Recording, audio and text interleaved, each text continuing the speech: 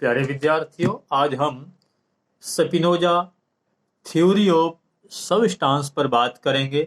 अर्थात स्पिनोजा के अनुसार उनके द्रव्य संबंधी सिद्धांत की विस्तार से व्याख्या कीजिए, इस विषय पर विचार करेंगे। डेकार्ट के समान स्पिनोजा भी गणित के महान प्रेमी थे।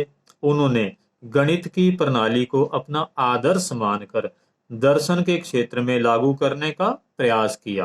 अर्थात गणित के समान दर्शन शास्त्र के क्षेत्र में निर्विवाद और निस्संदेह सत्य को प्राप्त करने का प्रयास किया, क्योंकि स्पिनोजा भी डेकार्ट के समान आस्था को अपने दर्शन में कोई स्थान नहीं देते थे। अर्थात वह निर्विवाद और निस्संदेह सत्यों की खोज करना चाहते थे।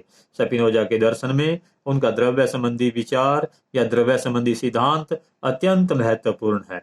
स्पिनोजा ने ईश्वर को इस जगत का या इस भौतिक जगत का परम द्रव्य स्वीकार किया है। अर्थात ईश्वर रूपी द्रव्य से ही संपूर्ण जगत की रचना हुई है। स्पिनोजा द्रव्य की परिभाषा करते हुए कहते हैं कि द्रव्य वह है जो कि निराधार एवं स्वतंत्र सत्ता रखता है।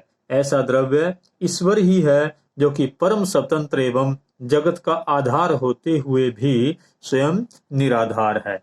इस परिभाषा के आधार पर स्पिनोजा ईश्वर रूपी द्रव्य की कुछ विशेषताएं बताते हैं, जो कि इस प्रकार हैं। पहली विशेषता, द्रव्य निरपेक्ष है। स्पिनोजा के अनुसार उसका द्रव्य निरपेक्ष है। यहाँ पर निरपेक्ष का अर्थ है वह किसी के अधीन नहीं है। नंबर 2, द्रव्य स्वतंत्र है। स्पिनोजा के अनुसार उसका द्रव्य निराधार होने के कारण अपनी स्वतंत्र सत्ता रखता है।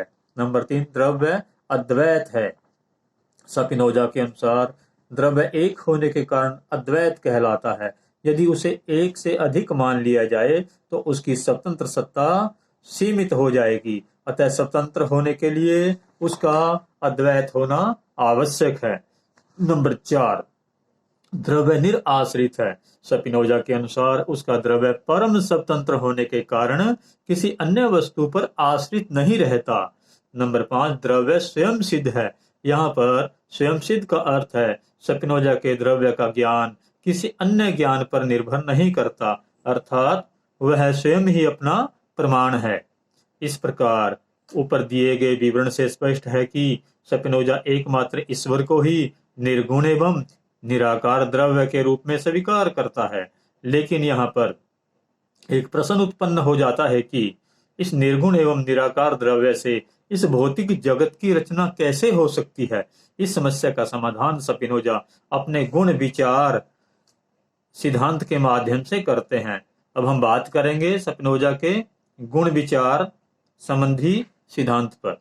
स्पिनोजा के अनुसार द्रव्य के ज्ञान के लिए गुणों का होना अति आवश्यक है, क्योंकि गुणों के बिना द्रव्य के स्वरूप को हमारी बुद्धि के द्वारा जानना संभव नहीं हो पाता।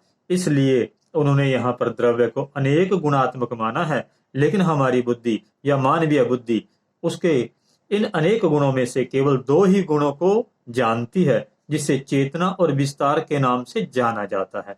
यहाँ पर चेतना का संबंध द्रव्य के आध्यात्मिक स्वरूप से है, जबकि विस्तार का संबंध उसके भौतिक स्वरूप से है। इस भौतिक जगत में द्रव्य का आध्यात्मिक स्वरूप आत्मा अर्थात चित्त कहलाता है, जबकि उसका भौतिक स्वरूप शरीर अर्थात अचित कहलाता है। यहाँ पर देखने में चित्त और अचित दोनों आपस में विरोधी प्रतीत होते हैं, लेकिन ये दोनों एक ही द्रव्य के गुण होने के कारण विरोधी नहीं, बल्कि इनमें आपस में भिन्नता पाई जाती है। ये दोनों एक दूसरे को प्रभावित किए बिना समानांतर अर्थात साथ साथ अपने अपने कार्य को संपन्न करते हैं। जिस प्रकार वेदांत दर्शन में ब्रह्म विभिन्न रूपात्मक जगत की रचना करता है, उसी प्रकार स्पिनोजा का द्रव्य गुणों के प्रभाव के कारण इस भौतिक जगत की रचना करता है। उदाहरण के रूप में जिस प्रकार एक रेलगाड़ी 2 समान पटरियों पर चलती हुई अपने गंतव्य स्थान पर पहुंचती है, उसी प्रकार हमारा जीवन या हमारे जीवन रूपी रेलगाड़ी जो है चेतना और विस्तार रूपी पटरियों पर चलते हुए आगे बढ़ती रहती है। धन्यवाद।